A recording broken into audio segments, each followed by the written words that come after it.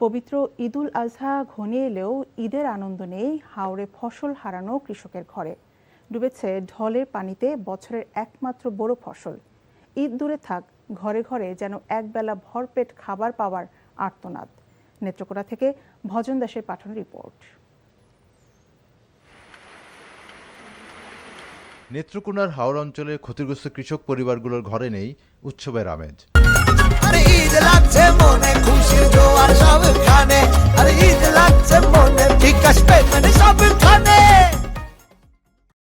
চলতি বড় মৌসুমে অতিবৃষ্টি ও পাহাড়ি ঢলে জেলার 10 উপজেলায় প্রায় ৭৮,০০০ কৃষকের ফসলের ব্যাপক ক্ষতি হয়েছে।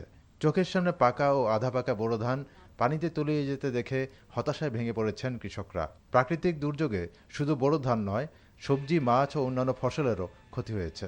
আশা ছিল বোরো ধান বিক্রি করে কোরবানির পশু কিনবেন, কিন্তু অকাল বন্যায় সে আশা এখন অনিশ্চয়তায় পরিণত হয়েছে। আমরা ঈদ করার মতো গরিবের কোনো ঈদ নাই। আমরা কিভাবে ঈদ করব ভাই? করার কোনো কিছু নাই, কারণ আমরা গরিব বাঙাল, কোনো ঈদ করতে পারবো না। ক্ষেতগুলা সবগুলা চলে গেছে। ঈদ অনেক করার কিছু নাই, আবুদুবলে একমাত্র দল লাগায় হইতে তখন আল্লাহ যেমনি দিছে এমনি চলা। আমরা যে কিভাবে আয়া বদলে হারাইব, খাইবো, কিভাবে কি করব, এটাই অনেক কষ্টের ব্যাপার। এখন আমরা কি ভাই আনন্দ কি শেয়ার করব? এই বাচ্চা কাচ্চাদের জন্য যে ঈদের কাপড় কিনবো তার সামর্থ্য আমাদের নাই।